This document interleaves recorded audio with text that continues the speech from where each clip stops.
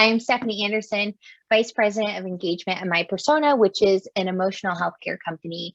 I actually started my career in social work. I was a mental health care counselor and eventually landed in HR, and now I'm at My Persona. Awesome. And so I think I figured out how to see everybody. We're here to talk about HR burnout, and for a wide variety of reasons. One is that we've seen an influx of demands on the HR team. So I want to talk about what is burnout, how can we prevent it, and then what tips you can use for recovering from burnout. So, and thank you for pulling up the slides, Stephanie. I can actually see them. I'm so excited. Yay! No problem. Yay! All right. So I think, one of the first questions people will ask, and actually what was a big surprise for me as someone who has experienced burnout, is burnout real? And so I thought it was just a vernacular or just something that people said when they felt whiny. And then all of a sudden I found myself really tired and cognitively unable to do the things I used to do.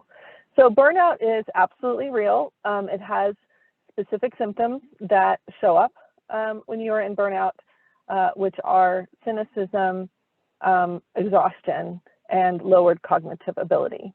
So burnout is absolutely real. Stephanie, do you see people kind of struggle with, feeling like it's a legitimate? Yes, I feel like people think it's I'm like weak, like, oh, I need to just keep pushing through this. Everyone else around me is pushing through this, and they don't even acknowledge that it's actually a thing that's happening and that there's something they can do about it. But yeah, I do feel that there's plenty of people that think it's like a made up term. Mm-hmm. And also that it doesn't apply to them. That's probably the worst part is, that's everyone else, but not me. Yes, thank you, Yusuf. So a little bit of history about burnout, as we see on the next slide. Burnout is not necessarily, even though we've heard it more prevalently, burnout has a very long history. In the 60s and 70s, there was a lot of talk about burnout, and that comes from the concept of people feeling like they've been hollowed out from the inside. And so these were some novels that first kind of brought those concepts forward into the regular everyday language. There was also a study that was done on air traffic controllers. Normally I'll show a picture from airplane because it's about that time period, and how they would get to burnout. And so there's specific causes of burnout that we'll share with you that have been known to at least be accelerants. So why would things lead to burnout? Well, one is, especially for HR, we've been carrying a pretty heavy burden and an emotional load, right? I'm actually at an HR conference right now, and I was talking to other HR professionals, and they were, we were talking about how no one ever asks them how they're doing. And, I always jokingly say, not jokingly actually, I like the Ginger Rogers quote of, we do the same steps but backwards and in heels, which is we are humans experiencing a lot of what's happening in the world, and yet we have to care for others before we care for ourselves. And so when we do that, we put ourselves at risk for burnout. The other thing is that we are not alone in our experiences with burnout. And so in that caring for other people, I think what's important is to think about how that shows up for the people around us. The other thing is that we're going into yet another transitional phase, right, for HR. I saw recently a report that showed what CHROs thought was kind of the future of HR. And they were seeing HR going through yet another transformation from this COE model that a lot of companies have been embracing now to more agile teams. And so here we go again, right? And now we're bringing new teams together, people having return to work plans. There's even more of a lift that lies ahead of us as we continue to move forward. So I think we have a quick quiz here, a burnout assessment, that will give you an insight to see if maybe you are at risk for burnout. So if we could kind of go through these questions. So what, if you could, just on a piece of paper, write down 1 if you never feel this way, or 5 if you feel this way very often, and we'll go through a series of questions. I think there's 12. So the first question is, I feel like quitting. So if you never feel that way, that's a 1. If you feel that way very often, that's a 5. Let's go to the next one. I don't take pride in my work. The next one. I feel like my workplace is toxic. The next one. Time to plan as I like. I don't think positively about my job. Sorry for the typo. I don't feel like I have anyone to talk to. I feel underappreciated or undervalued. People or issues easily get on my nerves. I feel low physical or emotional energy. I can be unpleasant to people when they don't deserve it. I seem to be forgetting things or not to be as sharp as I once was.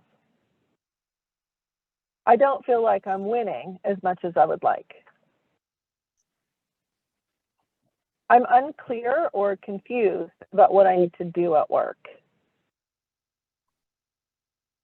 So add up your score, paying attention, no matter what your total is, to anything that had a 5 in there. That's something that you really want to watch out for.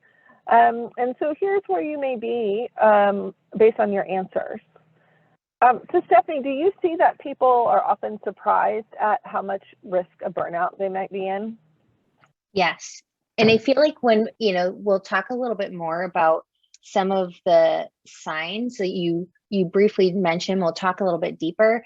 And some of the signs when you tell people, they're going, oh, yeah, that's me. Oh, that's where I feel that way. That's how I was when I really learned about burnout. I couldn't believe how much it was playing out. I couldn't even recognize it. I was so far in. So yes. Very common, very common. And so speaking of, here's our experiences. So Steph, do you want to continue sharing your experience since you kind of started a little bit?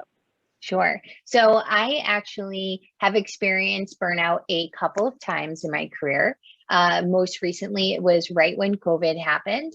And I've found a lot of things that have helped me along the way, but there's certain triggers that cause it for me personally. One is that something in my personal life is going, is upheaved. So for me, it was a family member was very sick, and that was very stressful. And then my tendency is to dive even farther into my job. That's my coping mechanism. And that is a recipe for disaster. And then you add a worldwide pandemic, standalone HR in 35 states. And you can imagine that I hit a major period of burnout. And so I will tell you that the biggest thing that I felt was hopeless. And I just thought, I'm never going to feel better. Like, I'm never going to like my job again. I'm never going to get past this. And I just felt, every day I was just going through the motions. I was exhausted. I was very angry. And that's not my normal sense of self. And I couldn't do things that I felt like I was always doing with ease before. Those are some of the things. And now I've learned, and we'll talk about some of the things that I actively do, including today. I literally scheduled tomorrow off because I realized, wow, I've been working a lot of hours over the last couple of weeks, and I'm hitting that point, and I'm going to take care of myself now. So we'll talk about how you do that. But that was my experience. And I have to actively manage this all the time. I'm naturally a workaholic, and I'm naturally a person that's going to be there when people need me. And in HR, that's very easy to have people asking you for help all the time. So, so yes, I am your beacon of hope. You can get out of it, I promise. But it can be a journey, right, of trying to monitor that. So my experience was, you know, I've probably been in burnout before, but didn't recognize it. And in fact, I didn't even recognize it this time until I caught wind that my mother and my husband were having meetings about my mental health without me. And that was a big alarm bell. And then once that kind of got me to snap out of it and pay attention, I realized, maybe my inability to figure out my spreadsheets and keep track of stuff wasn't because I was just losing it, but more a symptom of burnout. But I, like many, I didn't feel like, I didn't feel like I could give myself that excuse. I felt like, especially as a CPO, I needed to suck it up, and that was just the job. What I realize now is that was not the right job for me, because what the root cause ultimately for me, and we'll talk about some things that can accelerate burnout, for me, it was doing work that was an antithesis to my strengths. So being expected to be really exceptional at work that I am not was very difficult for me. And so that's what kind of took me down the spiral and ultimately led to me making a different career choice. And so I think it's good for us to share our experiences, because it's often, there is no aha moment and you don't realize that you're burnt out until it's almost like months, or it maybe has caused physical damage. And so I think being more aware of that and listening to yourself is something that's really important, especially for caregivers like HR professionals. Yeah, absolutely. And, you know, some of the things we've kind of talked about it, so I won't spend a ton of time here, but one of the number one signs, at least for me, and I think it's a sign that people often overlook with burnout, is irritability. Like I said, I was very cranky and I couldn't quite figure out what was causing it. And then hopelessness is another really big factor when you are in severe burnout. But there's some other things and things that I personally experienced, which was insomnia. I'd be up all night long and thinking about, for me, it was always work, thinking about work. People get frequently ill. So maybe you've always been pretty healthy and all of a sudden you're feeling very sick all the time. Obviously depression, isolating from others. And even, you know, people go into substance abuse or, you know, when you get to the extremes, there's, you know, documented situations where people have committed suicide. And that's not to scare anyone, but that's just, you know, that's why it's so important to find ways to identify, recognize, and work on it. It can get pretty severe.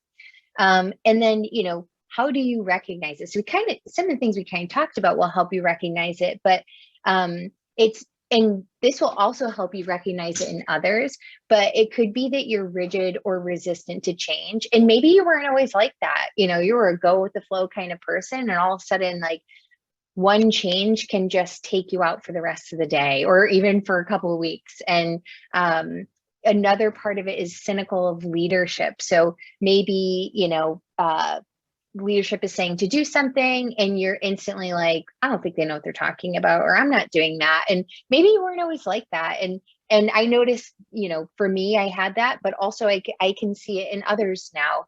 People that were always super happy, easygoing are now like way more rigid than they used to be.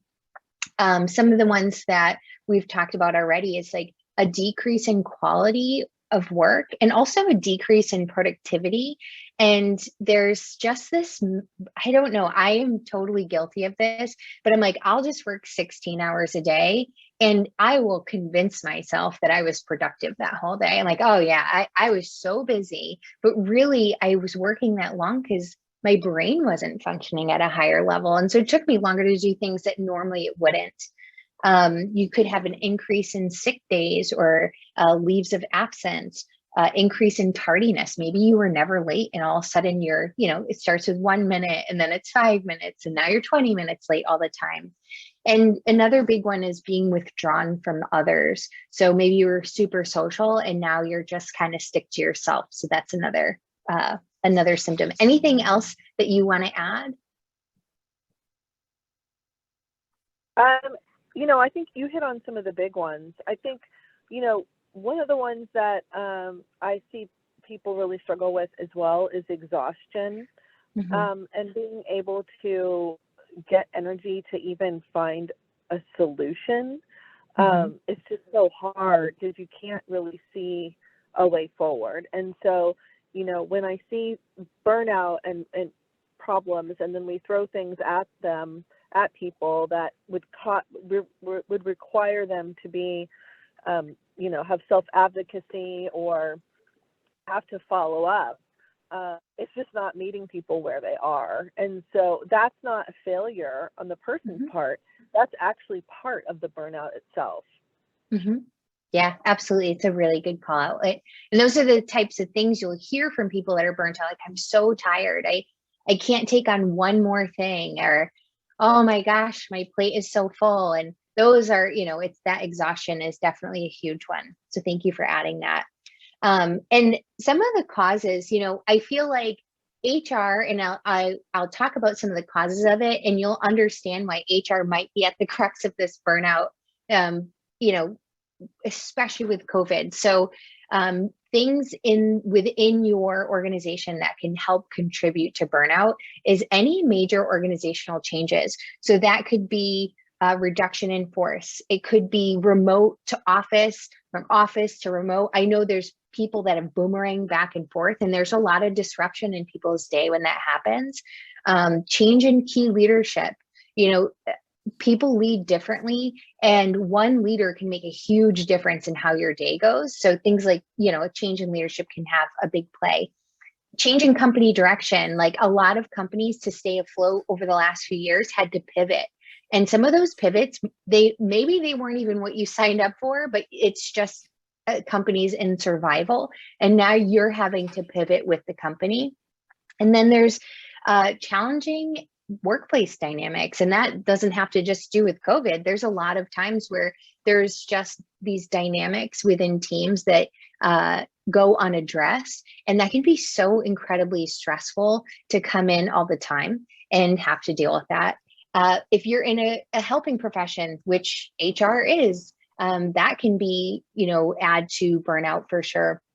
And then there's one of the big things is like lack of role clarity. And I can tell you in HR, I find I've been at small companies, I've been at large, Fortune 100 companies, and the definition of what HR does, where they start and stop, is completely different in everywhere I've worked. And even titles are wildly different. So you can easily find yourself in a role that you were HR generalist for 10 years, and you go to a company and you're like, this is not what I know how to do. And, oh, this isn't what I expected. And, or like you get hired for this job description, and then you walk in and you're like, whoa, that's not at all what I'm doing. And that is just the reality. And so lack of role clarity can play, a big part. And Al was talking about this before, but even just, there's gaps in like what your skill set is. And so maybe your skill set is X, Y, and Z, and this role is either evolved to need A, B, and C, or maybe they thought they needed X, Y, Z and they really needed A, B, C. And you're in this role and you're like, I don't have the skills to actually do this. And another big one is gaps in communication. And we'll talk more about that and why it's so important, and how much extra workload and stress gets added in when there's not communication channels that are clear. And so all of these things, like who's in the middle of all of these challenges in a workplace? It's HR. So it's like, no wonder why people in HR are burning out. We're somehow a cog in the wheel of all of the things that I just talked about. So, if you're feeling burnt out, it could be that you're part of an organization that has gone through massive change over the last couple of years. The other thing, oh yeah, go ahead, please. Sorry, just a couple of other ones I think that are important to call out that are also relevant for HR. One is being always on. So having to work, you talked about 16 hours, but I talked to HR executives who were taking calls, you know, Saturday, Sunday, over the holidays. The HR profession was just slammed. There was a major HRIS system that went down. Everyone was dealing with all the vaccination requirements.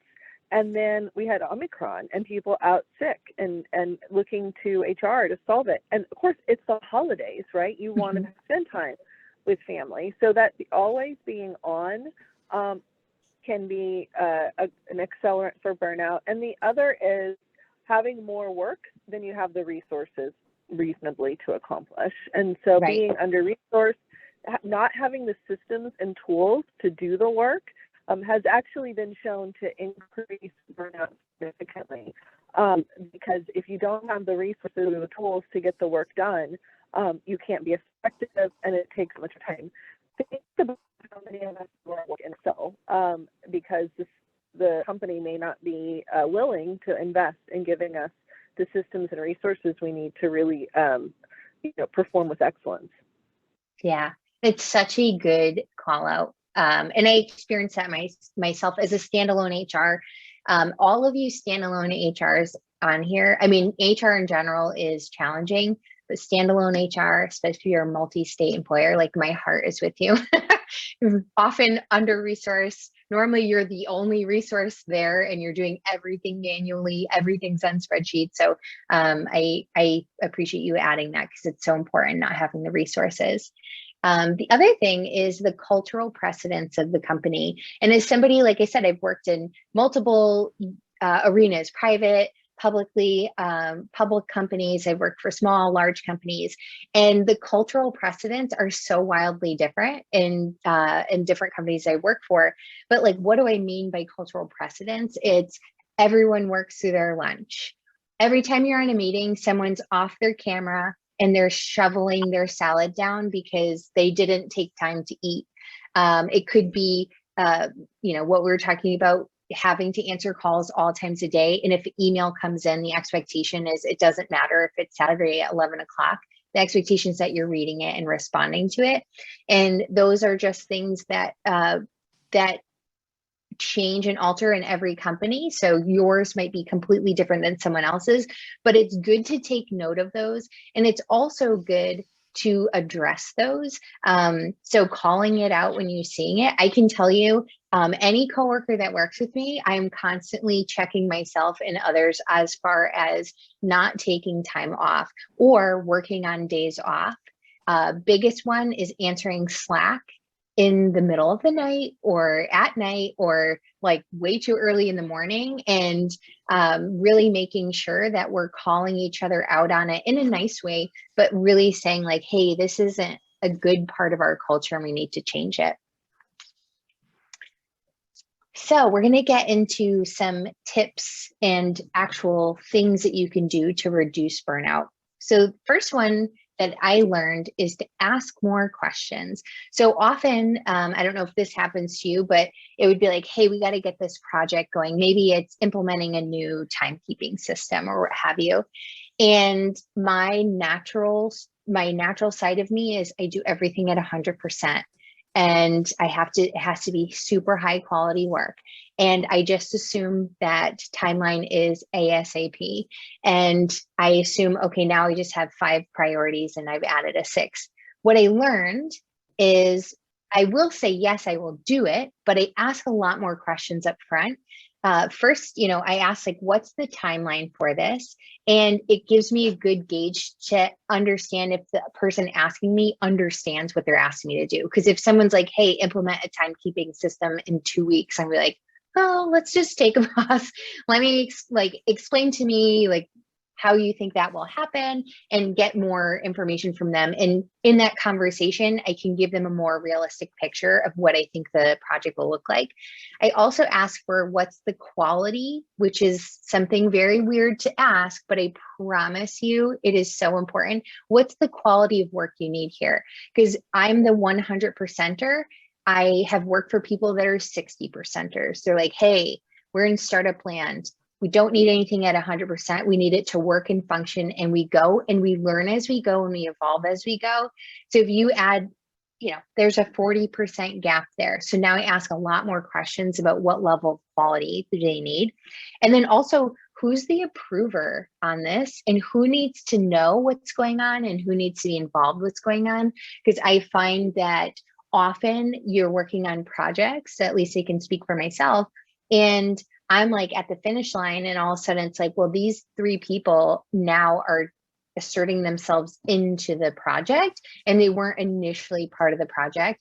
And now you're starting all over again. So I just ask a few questions up front. That really helps me, and it helps me not talk back, but almost like negotiate a little with the person so they understand the scope of work they're asking for. And maybe if the timelines, maybe they don't understand what they're asking, and we can negotiate like a timeline that works. Or I can say, hey, I'm happy if this is priority 1, I am happy to flip this to priority 1. Here's the other 4 priorities that I have. Does this change the order now? That's okay. I just need to know, because not everything can be priority 1. So just things like that, huge, huge, huge help for me. Anything on that you found helpful as well, Al? The only thing is, and I'll get into this later, is one of the places to ask questions is ask questions of yourself. Be curious about yourself. When you feel yourself having a reaction or an emotion, especially if you find yourself in negative self-talk, asking questions of, and being curious about the thoughts and feelings that you experience is incredibly important in helping. Yeah, that's a really good point. And I'm awful at that. So I'm going to put that as a reminder for myself. The next thing, and when I say that the next 3 things that I talk about, when I say they are like game changers for me, they've been game changers. These are the things that I actively do still. And I actively check myself every week to say, like, am I still on track with what I'm setting out to do? And these are the things that got me out of burnout. So one is prioritization exercises. So first, it's identifying like what is urgent, what is important, which is different. Urgent is, I need to do this right away. I have to drop everything else and do this right away. And I find that a lot of times people confuse urgent and important. Important means I need to make sure I have time that's scheduled to address or to work on these things, but it doesn't mean I need to drop everything I'm doing and do this now. And I feel like having conversations with your team and your boss on prioritization is really important. Also, what's nice to have? Are you spending time on things that you really love doing, but they might not be on the important list right now? It doesn't mean you have to cut it out forever, but maybe it's something where it's like, this is just a nice to do or a nice to have. It's not as important. And we already talked about the quality of work needed, and also like due dates. So figuring out like, okay, I have these 5 projects going on. I have my daily responsibilities. I have employee relations that just pop up. Like, what are the due dates of these things that I have? And is there anything that can be pushed? Because a lot of times people like have a deadline and they will do anything they can to hit that deadline. But really, if they just had a conversation with their boss would be like, whoa, that's way too much. That one can move. Why don't we move that to next month? And then what's flexible? Kind of like I was just saying, there's certain things that are absolute deadline, have to have it by this day. There is no flexibility. But honestly, I find that when I have these conversations with my team, with myself, and with my boss, a lot of times there's things that are way more flexible than you understand. And the minute you start having a conversation about all the things you have going on, the person on the other side's like, oh man, yeah, let's just move that. That's not, and all of a sudden you're like, oh, that's not even a priority. So it's important to have this time to sit down and really look at your workload. And coupled with that is this life-changing exercise that was given to me by I had a business coach, and she told me to color coordinate my calendar. And I'm like, oh my gosh, who has time for this? Why do I need to do this? But essentially, I take my workload and I bucket it into 5 colors. I have a red urgent color. I have yellow, which is team, because I love my team and yellow is my favorite color. So I always know when I'm spending time with my team. I have orange is my projects. So any major projects I have going on. Green is my daily tasks, and purple is my leadership meetings. And so I basically what I do is I color code my calendar. It takes 2 seconds to color code your meetings. At the end of the week, I can reflect and say, okay, my priorities were this. Where did my time go? And I can visually in 10 seconds be like, whoa, I had no time working on my projects. No wonder why I'm behind. And it can help me start identifying solutions like, okay, I had a lot of red. Like, why do I have so many employee relations and urgent things coming up? Let me assess what's going on. And it's just really helpful, quick way without, some people will try and have you do this task. And it's like literally every second of your day, monitor. I don't do that. Like if I'm checking emails for an hour and responding, that whole hour is green under daily tasks. So that's how I've done it. Huge game changer for me managing my time and understanding that I was spending time on things that were not my priorities. Oh, cool. Thank you. I was just checking the chat. Thank you for your input. Next thing we have is communication exercises, another huge game changer for me. I'm giving you all the things that I've done personally and still do. Kind of along the lines of prioritization, I find that often, especially now with all the changes that organizations have been through, that communication is kind of broken. It probably is broken a lot more places than I'll give credit to, but where I see some of the gaps are that there's no real definition of urgent and important, like we talked about. What do I only need to know about versus what I actually have to act on? And then what's just daily communication? And also, how does communication flow? Like, what are the channels in your organization that you're communicating in? If you sit down and take 10 minutes and start listing it out, you'll be overwhelmed by your list. There's Slack, there's Teams, there's text message. Some people have a work phone and a personal phone. And guess what? They're still texting you on your personal phone. You get voicemails, you're in meetings. Like, there's so many communication channels and we're just adding more and more. And at no point are we stopping and saying, hold on, what are we using Slack for? What are we using email for? I used to joke around, I'd get Slack attacked in HR. And I don't know if any of you have Slack or Teams, but you're getting 100 messages and they're like, hey, I need you to do this. Hey, I have a question about benefits. Hey, and next thing you know, you read it, it gets lost in Slack land, and now you're not responding to people. They ask you very complicated questions in Slack where really that should be an email. And so taking a few minutes to figure out, okay, what are the communication channels and what should go in and what shouldn't? Like, I ask people, don't ever send me a document in Slack or Teams. It's going to get lost. Send it to me in an email because I have a very clean inbox and I have a very good organization channel. If you need something that's more complex from me, email it to me. Do not ask me in Slack. So I've communicated those things so that they know the best way that I'm going to work with them, and it helps me stay organized. So doing things like that has been super, super helpful. And the biggest one with this exercise is out of office expectations. So as we were talking about working around the clock, I've worked for remote companies. I've worked for companies that were global. And you can very quickly work 24/7.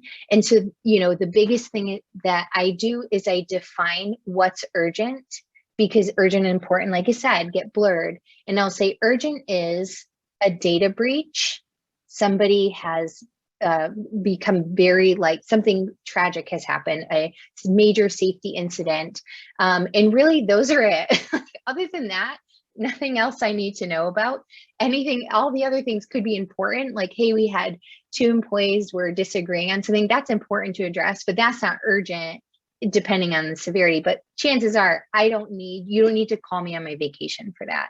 And like, setting those expectations with the team has really helped. And it's also helped them understand that they can do the same. Like, okay, so when I'm out of office, I can set these expectations with the team as well. And now they are learning that they don't have to be on all the time. Anything else that you do for communication? Yeah, I mean, you hit on a couple things I want to highlight. One is setting boundaries. As HR professionals, this tends to be a problem. And setting boundaries can be complicated when you're in a service position. And so what you've done is create clarity about what's the most effective way to communicate or what your expectation is as far as out of office. And I think that's great. So very, very clearly, communication and time, those are boundaries that are important to you. I think it's worthwhile for people to understand what boundaries are important to them, and so that they're not constantly having those boundaries violated, and they feel comfortable articulating them. Yeah, the other absolutely. Go ahead. Yeah. Well, boundaries are they can be very challenging, like I said. And the second is what you've described reminds me a lot of, I've heard it called the Dacey model. I've heard it called the Racy model. But that's basically who's the responsible, who's the approver, who are the contributors, and who needs to be informed. And I've always found that incredibly helpful in knowing who's doing what and what the level of expectation and effort is required. Because some people who really should be in the informed bucket think that they're the approver. Yes. And so, especially as you take on a project, right, making that really clear and getting everyone and writing it down can be incredibly helpful throughout the life cycle of the project. Yeah, I could not agree more. And yeah, boundaries are hard. And the other thing is understanding your organization when it comes to boundaries. There's certain times where you're like, I always say control what you can control. Maybe you can't change something that you wish you could change, and you can't change how that communication works, that channel. You don't have the authority to change that channel or what have you. But you can control how you and your team work together, or how you and these 5 departments work together. And so setting boundaries where you can, understanding that sometimes you are in a situation where you don't have as much control as you would like, and that's just the reality. But I do think, boundaries are super important. And I do want to acknowledge that sometimes you're not in a position to completely finitely define exactly how you want things to go. And that's just the reality. Yeah, I mean, we teach in our class that boundaries are picket fences and not walls. So sometimes you have to give and take, but being clear about what's important to you is part of the process. Yes, absolutely. So if you find, maybe you've done an assessment, maybe you just you find out that people are meeting about your mental health without you, as did I, and you realize, oh my gosh, I think I'm burnt out. So the first thing, I would say, make sure you listen to yourself if that is something that you believe to be true. Also, I highly recommend, if you can, seeking out professional help to get a diagnosis. And making sure there's not something else going on. For myself, I ended up being diagnosed with depression, and that has really been life-changing for me because it's helped me kind of come to terms with, a lot of things that I have kind of tried to ignore and just kind of power through in the past. So listening to ourselves and also seeking out counsel to listen to others is a big part of overcoming burnout. The second one here is acceptance. So I don't mean just like give in, right? Or just say, well, it is what it is. But I think we just hit on it, Stephanie mentioned, right? What boundaries can I set, and what boundaries are probably going to be more difficult? What can I control and what can I not control? And if you really look closely, there's just a lot we can't control. And so when we accept that without judgment, that can be a way for us to help give ourselves space and grace to heal and recover. The other thing we need to accept is ourselves, and accept that maybe we're going to be tired now. Maybe we're going to need more space. Maybe, as Stephanie was sharing, like she needs to pay attention to when she's feeling a certain way, and not go, well, I should be better, and push herself to be different, but rather accept her, not limitations per se, but accept what is unique to her and then listen to that. So acceptance is a big part of the healing process when it comes to burnout. And there's been studies that show when we practice acceptance, we can increase our overall life satisfaction and emotional well-being. This is a big one. I mentioned this one earlier. This is my, if you only do one thing, it's self-compassion. And so self-compassion isn't the same thing as self-care. Self-compassion has 3 specific components. One is speaking to ourselves with kindness, like we would a loved one, and withholding judgment. So a lot of times the things we say to ourselves are not the things we would say to anyone else. And so practicing self-compassion is about, being your own best friend. The second part of self-compassion is finding your connection to humanity. So one of the things that can be incredibly helpful is to, just like you've done with this community, so congratulations on that, joining with others so that you can hear how you are not alone. You are part of this big human race, and all of us have experiences of self-doubt. We have experiences of, fear. We carry with us many different ways of feeling and experiencing the world.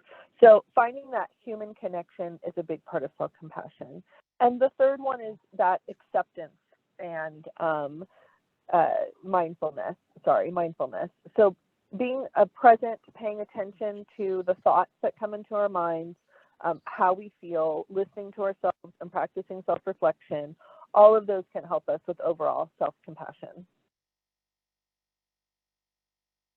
Prioritization, you're not going to overcome burnout overnight.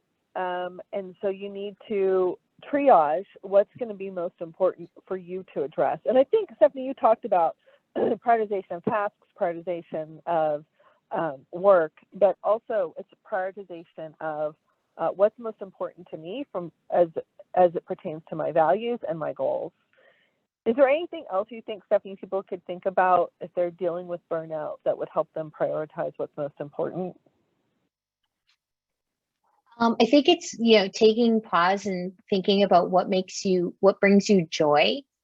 Like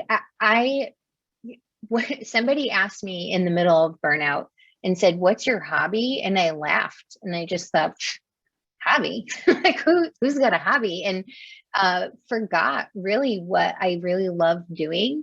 And I stopped and they were like, "What did you used to like to do?" And I had to really take pause and say, my gosh, I don't have no wonder why I'm miserable. I'm not doing anything that's bringing me joy. I'm just grinding every day. And so I think helping yourself to remember, like maybe it's been a while since you've done something just for yourself that you really enjoy doing, but think through like, what are those things? Or even in your day, like maybe you used to be in a meeting that you absolutely loved the people and they made you so happy and it was so fulfilling, and maybe you can't be in that meeting anymore, but maybe it's, I would really love to have coffee with them once every other week. And so just finding those things that bring you joy that maybe are missing currently, and making sure that you put it on your calendar. If you're like me, I live by my calendar, I am that person, but actually scheduling time for coffee with somebody, actually scheduling time to eat lunch,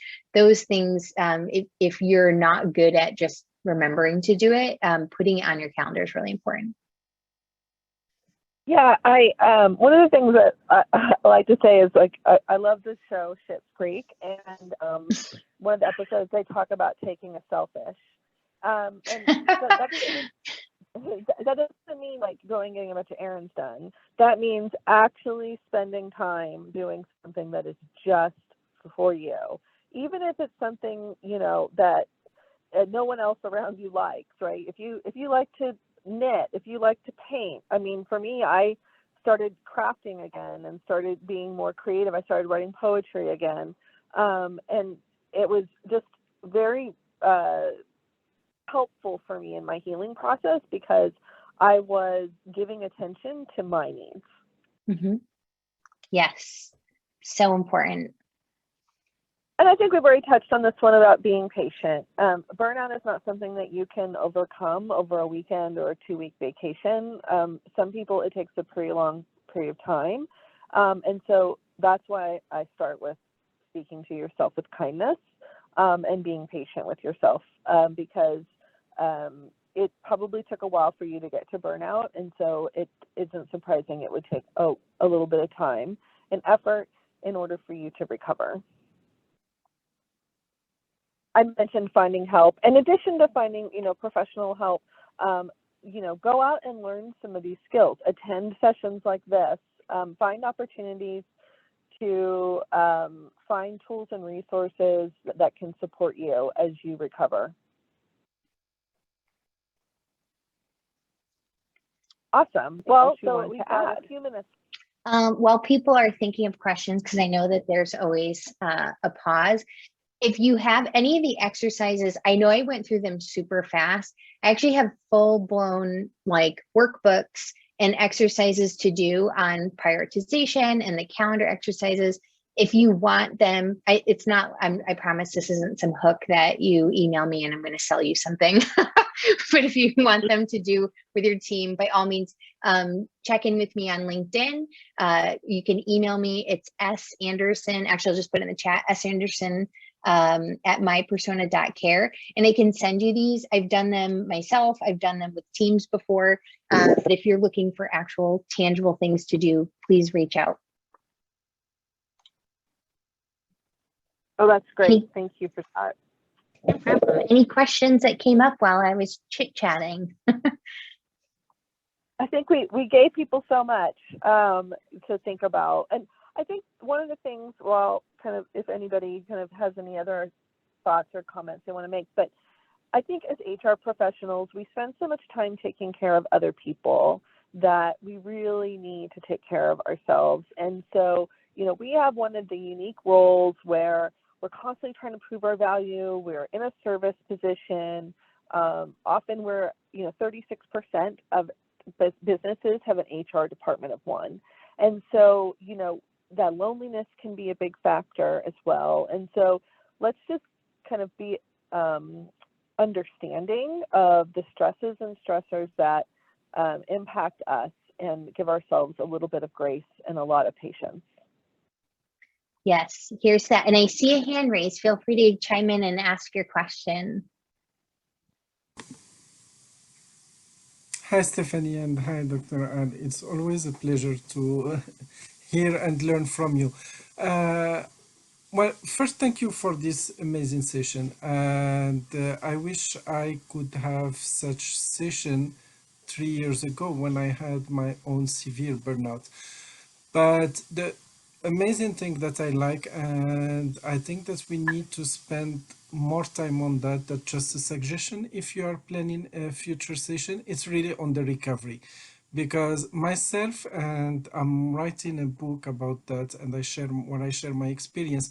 When I had burnout, I spent time reading about it, and I found thousands of lectures and sessions about how to prevent burnout, and very few about how to recover from the burnout. So of course this doesn't replace the professional support, but it's just so amazing, and I'm so happy. Thank you for you both, and for Ben for the HR well-being group.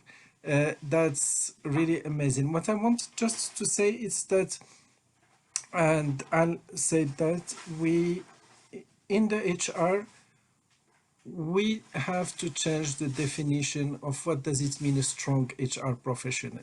I was seen as a strong HR professional, and when the moment I started sharing my own struggle, I became the weak HR professional. And being a strong HR professional doesn't mean that you have to absorb everything and be the sponge in the organization, taking care of everybody but yourself. So, and this is why I was amazed. The first time Ben talked to me about HR well-being, I was, wow, that's really the world needs that. And but still, I think that despite all the efforts that are being done, we still see in the HR field a lot of stigmas around the strength of the HR, as if they are not part of the organization. but rather an outsiders who are there to support the organization, but not to support themselves. Thank Yes, you. yes, Yes. yes. Thank you for sharing that. I mean, that's actually one of the reasons why I started my business focused on burnout recovery, but also building resiliency skills to avoid getting to burnout, was exactly what you said. We see a lot of people talking about it, but not a lot of people talking about, okay, now what do I do? And so I wanted to be able to provide people with specific tactics around that. The second thing is that I think as HR professionals, one of the big risks that we run is something called compassion fatigue, right? So being empathetic people, we tend to be empathetic people, we can really just burn ourselves out in giving and giving and giving. And so you're right about making sure that, to me, it's just about making a decision about working for organizations that value the work that we do. Yeah. Cheers to that. Yeah. All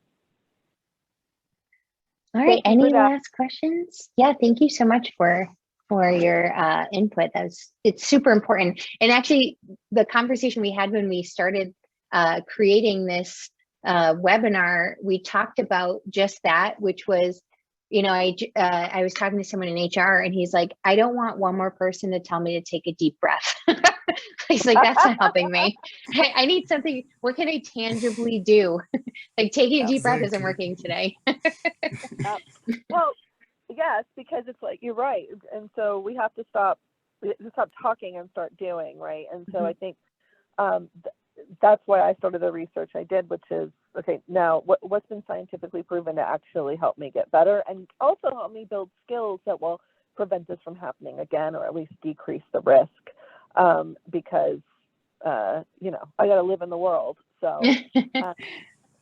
but Yeah, I think it's exactly. And I important think, to everyone for joining and taking time to learn about HR well-being and investing in your well-being. I can't express my gratitude for you doing that for yourself enough. Yes, I completely agree. Thank you so much. Time is so critical, and the fact that you just dedicated an hour to yourself is step one. And we really appreciate you joining in. And if you don't know where to start, like, reach out to us as resources, or even if you're just like, just have questions, need someone to lean on, like, we're here. So thank you again for joining. Okay, with that, we'll go ahead and close out. Thanks, everybody, and have a great rest of your day. Take care of yourself. Take a selfish tonight. Yeah. All right, bye.